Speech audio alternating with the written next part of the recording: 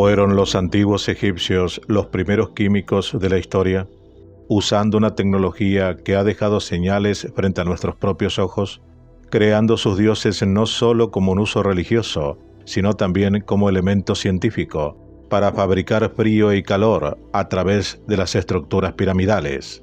Colores únicos en sus obras de arte y la momificación fueron productos de esta tecnología que, más allá de los medios utilizados, es una información que desconocíamos y que nos dejará pasmados de cómo en el antiguo Egipto la ciencia estaba muy adelantada, mientras el resto del mundo jugaba aún con piedras. Las pirámides del frío en el antiguo Egipto. Primera parte. Construcciones monumentales para usos científicos. Esto es Contacto con la Ciencia, programa de divulgación. Todos los hechos científicos y enigmáticos que usted siempre quiso saber.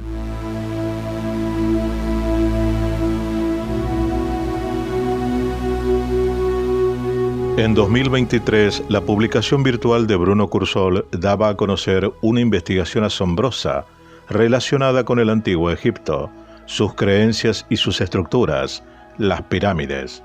Investigación que muestra el conocimiento que poseían, no solo de la cultura, sino de la ciencia, y es más, de la química y la tecnología, de cómo sus dioses fueron creados por el poderoso Thoth para ser usados en sus experimentos, y al mismo tiempo dándoles al pueblo en quienes creer y adorar, mientras que ellos, con los faraones a la cabeza, eran productores de fórmulas químicas utilizadas para sus propios beneficios. Estamos bastante seguros de que mucha gente ya sabe que la visión académica del antiguo Egipto es de alguna manera falsa, que hay algo mal en cómo se representa a los antiguos egipcios hoy en día, y realmente esperamos que los propios egiptólogos no crean ni una palabra del panorama general que nos representan desde el principio del siglo XIX, un periodo de la historia que ha sido totalmente influenciado por el colonialismo moderno. Los antiguos egipcios simplemente no podían haber sido poco sofisticados, gente cultivando la tierra y solo obsesionada por una religión asfixiante, adorando a más de 2000 dioses y diosas. Escondidos detrás de la visión académica de la religión del antiguo Egipto, un gran número de metáforas se describen algunos de los conocimientos científicos y tecnológicos más avanzados de la época. Los dioses del antiguo Egipto no eran más que autoglorificaciones metafóricas de sus conocimientos científicos, teóricos y experimentales logros en física y química. Lo más importante es que los faraones usaran el poder de la ciencia, la física y la química para legitimarse como reyes de Egipto. Han forjado una religión basada en la ciencia para gobernar su reino, y habrían presentado esa ciencia como magia. Thoth, dios de la ciencia y la lupa. No se equivoquen, incluso algunas partes del estudio no están claros parcial o totalmente en algunos detalles o elementos principales, aunque algunas partes serán corregidas o invalidadas en unos meses, en unos años o en décadas. Lo que estamos descubriendo es lo que realmente fue la antigua civilización egipcia, hace 4500 años, mientras en el mundo occidental todavía jugábamos con rocas y lodo. El gran secreto del antiguo Egipto es de hecho la religión, porque no puedes tener más de 2000 dioses y diosas involucrados en una mitología muy compleja y vívida, si no está de alguna manera coordinada. Por supuesto, los coordinadores eran los propios faraones. Los faraones fueron los responsables de esta construcción tan elaborada, y utilizaron mitos y deidades para glorificar lo que el ser humano persigue desde que apareció nuestra especie en el planeta, el conocimiento científico y tecnológico. Si los antiguos egipcios adoraban a más de 2000 deidades, es solo porque todas y cada una de ellas han sido literalmente elaboradas como glorificaciones de propaganda científica y tecnológica, de lo que realmente se les ha dado la legitimidad para reinar a los faraones.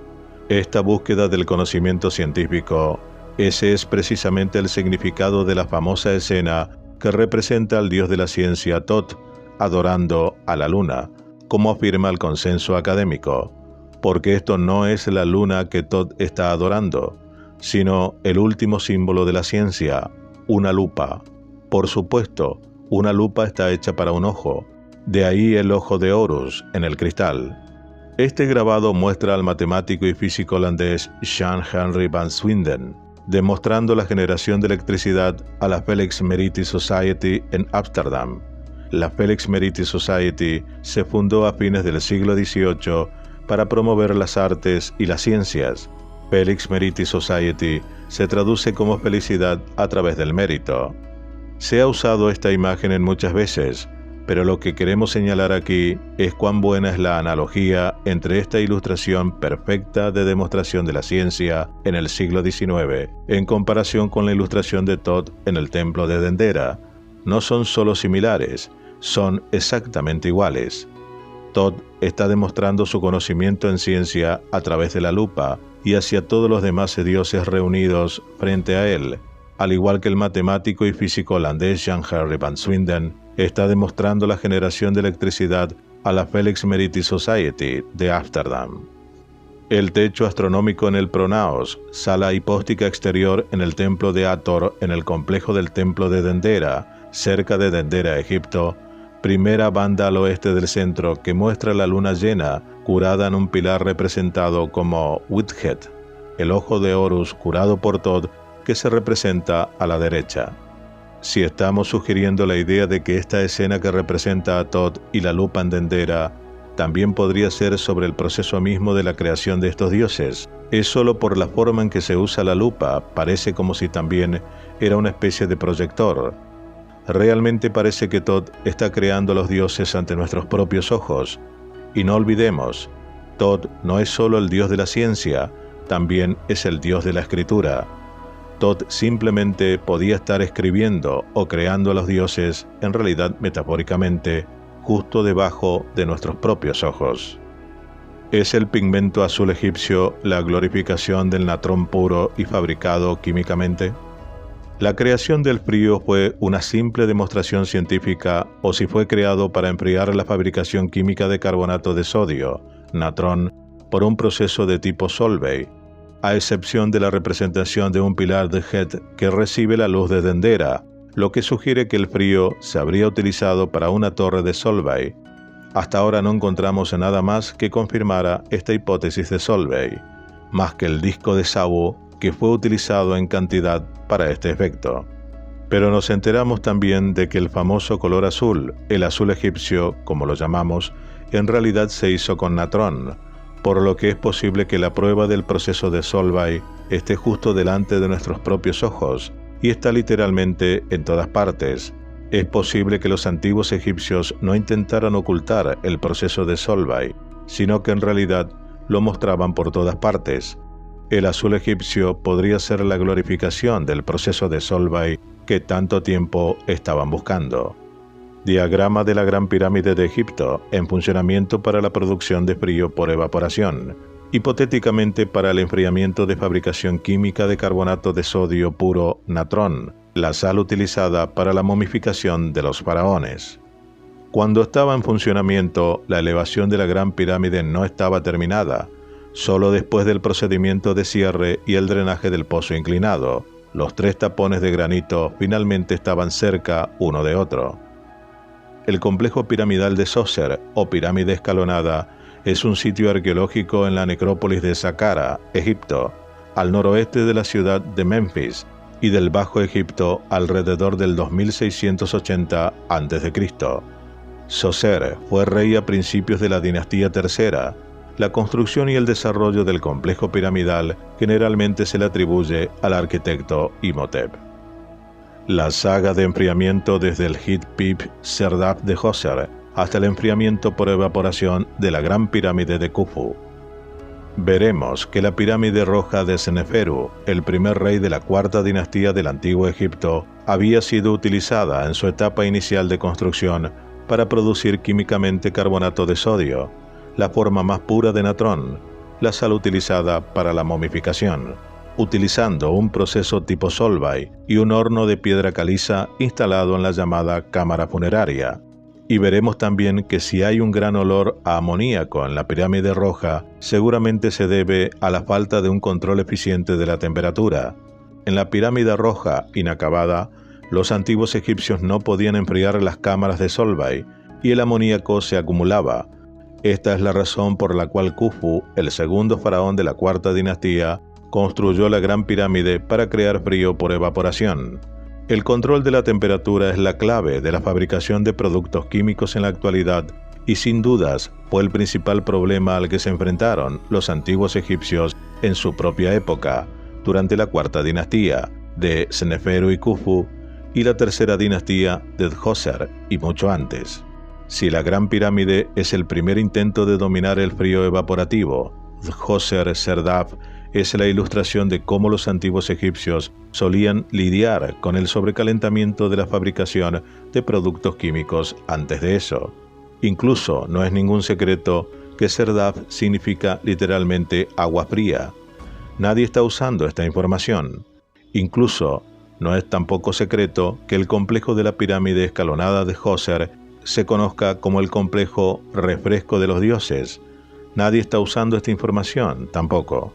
Pero si se agrega estas dos informaciones sobre Djoser-Serdab y el hecho de que este Serdab era una cámara sellada muy pequeña, que solo se comunicaba con el exterior a través de dos orificios, entonces podemos comenzar a ver lo que podría haber sido la primera cámara de enfriamiento activa de la antigüedad. Probablemente el Serdab era la cámara de enfriamiento, donde ocurría la condensación del fluido que pasaba por la tubería de un antiguo tubo de calor proveniente del interior de la pirámide escalonada, donde ocurría la evaporación del fluido que pasaba por la tubería. Por supuesto, Imhotep es más famoso como el constructor del complejo piramidal escalonado sin precedentes de Djoser, llamado el refresco de los dioses, un Serdab que en persa literalmente significa agua fría, que se convirtió en un préstamo al árabe para sótano. Es una estructura de tumba del antiguo Egipto que servía como cámara para la estatua Ka de un individuo fallecido. Utilizado durante el antiguo Egipto, el Serdab era una cámara sellada, con una pequeña hendidura o agujero para permitir que el alma del difunto se moviera libremente. Estos agujeros también dejaban entrar los olores de las ofrendas presentadas en la estatua. El término Serdab también se usa para un tipo de cámara sin decorar que se encuentra en muchas pirámides. Debido a la falta de inscripciones, ha sido imposible determinar la función ritual de esta cámara, pero muchos egiptólogos la ven como un espacio de almacenamiento similar a los almacenes subterráneos en las tumbas privadas y reales de la segunda dinastía. Diagrama de tubería de calor de desarrollo de un modelo numérico simplificado de tubería de calor y estudio de caso validación experimental usando una tubería de calor malvada larga. Ciertamente, no es casualidad si uno de los dos agujeros en la pared norte de Djoser-Serdab está ubicado justo en la unión entre dos bloques. El fluido muy caliente o muy frío que pasa a través de una tubería no dañaría la estructura. La junta aquí sería una junta de dilatación. Ciertamente, tampoco es un accidente o casualidad que toda la estructura de Serdab también está inclinada. Una de las principales dificultades del estudio es indagar entre creencias antiguas e interpretaciones modernas. Debido a que Djoser-Serdab estuvo en contacto directo con la pirámide escalonada, es justo suponer que se trataba de una cámara de enfriamiento en pleno funcionamiento, muy probablemente operada con una tubería de calor pasiva moderna de algún tipo. No había ninguna estatua en el Serdab en ese momento, solo agua y el final de la tubería de calor. La pregunta es saber quién puso la estatua de Djoser en Serdab y cuándo sucedió eso. La idea de que los agujeros se usaron para que la estatua pueda mirar fuera del Serdab, respirar, oler el incienso quemado y mirar las estrellas es lindo y deprimente a la vez, si alguien realmente cree esto, pero que permite plantear otra cuestión sobre el antiguo Egipto, y se trata de las múltiples capas de creencias que se acumularon en el tiempo. Vemos tres orígenes de estas capas de creencias, afirma el investigador. Primero, los antiguos egipcios de las primeras 4 dinastías, involucrados en la era científica del antiguo Egipto, y que crearon dioses, diosas y mitos, como representaciones glorificantes. Segundo, los antiguos egipcios que vinieron después de la cuarta dinastía y que probablemente agregaron más capas. Y tercero, los egiptólogos del siglo XIX, que intentaron resolverlo todo, pero con muy poca información disponible para ellos. Al este del templo está el Serdab, o Seler, que es una pequeña estructura cerrada que albergaba la estatua del Ka. El Ka del rey habitaba la estatua del Ka para beneficiarse de ceremonias diarias como la apertura de la boca, una ceremonia que le permitió respirar y comer, y la quema de incienso. Él fue testigo de estas ceremonias a través de 2 pequeños agujeros en la pared, para los ojos contados en la pared norte del Serdab. El Serdab era una habitación sellada en una tumba que contenía una estatua del difunto. Estas estatuas eran vasijas que las almas podían inhibir. El Serdab de Djoser está ubicado en el lado norte de la pirámide escalonada, frente a un patio abierto dedicado a él.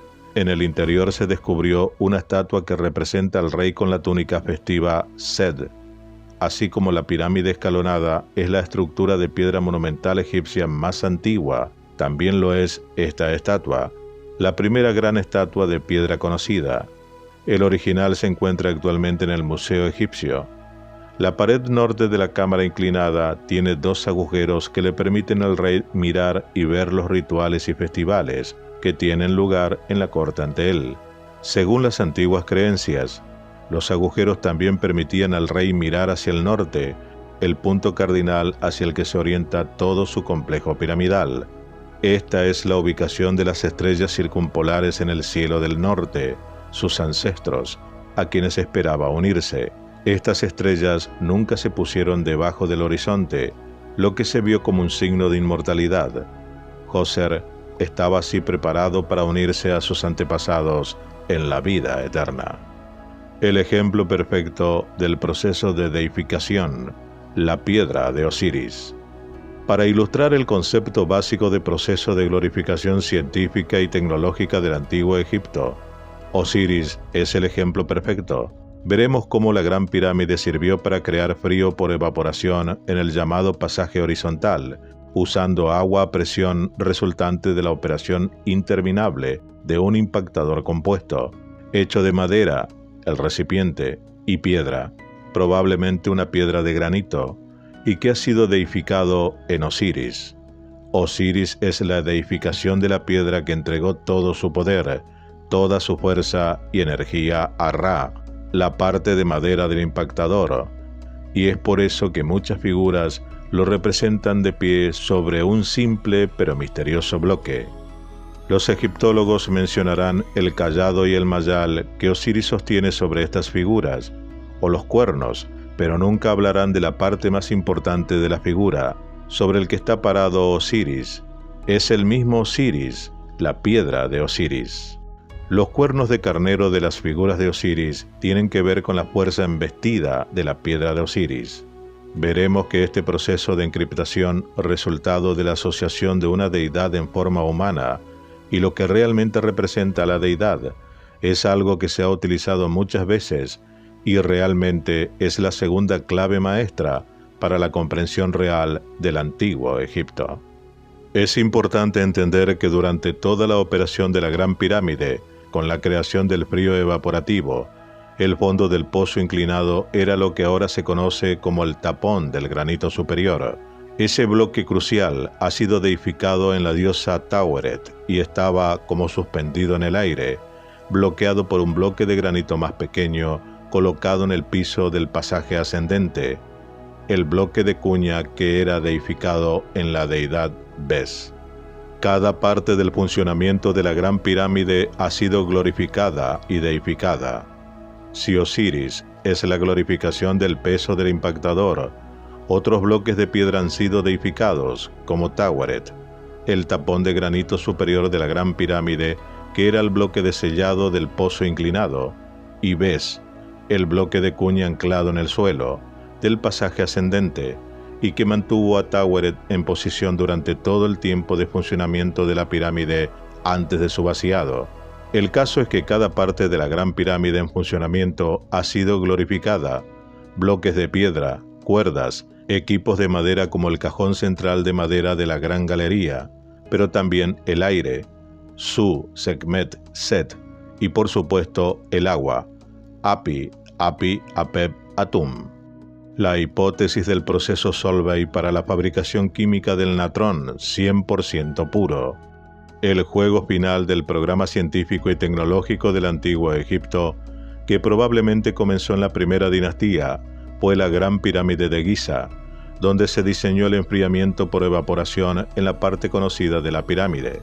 El frío evaporativo simplemente aprovechó el poder del agua y probablemente fue necesario para enfriar la fabricación química de carbonato de sodio y bicarbonato de sodio, producido por un proceso Solvay de amoníaco sosa, como lo sugiere fuertemente el olor a amoníaco y el horno de piedra caliza, en la llamada cámara funeraria de la Pirámide Roja. Es importante señalar que al día de hoy todavía no se encontró evidencia segura y fuerte, dice el investigador, de esa parte del estudio. Ningún dios ni diosa para glorificarlo. Lo único que respaldaría la idea es la imagen de un pilar Dhed que recibe el frío evaporativo, la forma similar que encontramos a la luz de Dendera. En ese momento, el carbonato de sodio se llamaba natrón y era la sal utilizada para la momificación de los faraones. El enfriamiento parece haber representado la parte más difícil del proceso, como sugiere el nombre oficial de la pirámide escalonada. Según los estudiosos, el primer nombre piramidal, la pirámide escalonada de Djoser, fue llamado el refrigerio de los dioses. Una traducción más precisa sería sin duda el enfriamiento de los dioses. Si esta parte es correcta, significaría que los antiguos egipcios fueron la primera civilización en dominar un proceso similar al del Solvay para la fabricación del carbonato de sodio, mucho antes de que se reinventara en el siglo XIX en Europa. Los elementos claves de ese proceso son el control de la temperatura de las reacciones químicas, el enfriamiento y la placa en forma de cúpula necesaria para que las reacciones químicas a contracorriente ocurran de manera eficiente. Esa placa de reacción a contracorriente es lo que realmente es el famoso disco de Sabu, del cual hemos hablado en videos anteriores de este canal. El tremendo impacto de la Gran Pirámide en todo el mundo antiguo. Probablemente el hallazgo más inesperado de este estudio no se trate del propio Egipto, sino del extraordinario impacto que la Gran Pirámide, su funcionamiento y su glorificación tuvo en otras civilizaciones de la época y posteriores.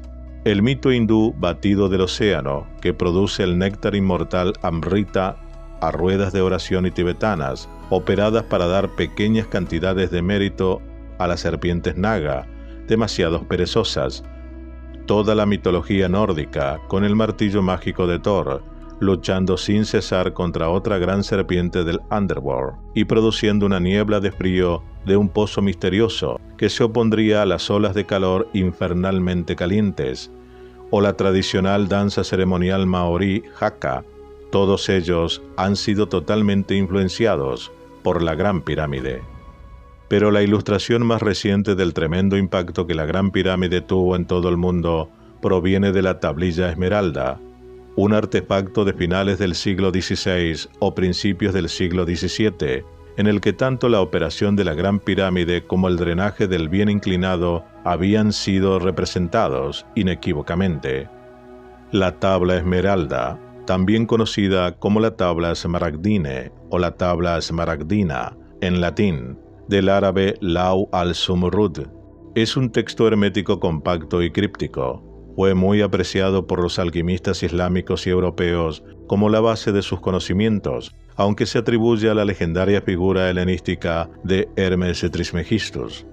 El texto de la tabla esmeralda aparece por primera vez en varias fuentes árabes medievales tempranas, la más antigua de las cuales data de finales del siglo VIII o principios del IX. Fue traducida al latín varias veces en los siglos XII y XIII. Luego siguieron numerosas interpretaciones y comentarios. Pero esa ya es otra historia que seguiremos comentando en la segunda parte. Esto fue Contacto con la Ciencia, programa de divulgación. Todos los hechos científicos y enigmáticos que usted siempre quiso saber. Dale like, suscríbete, aporta, dona y comparte.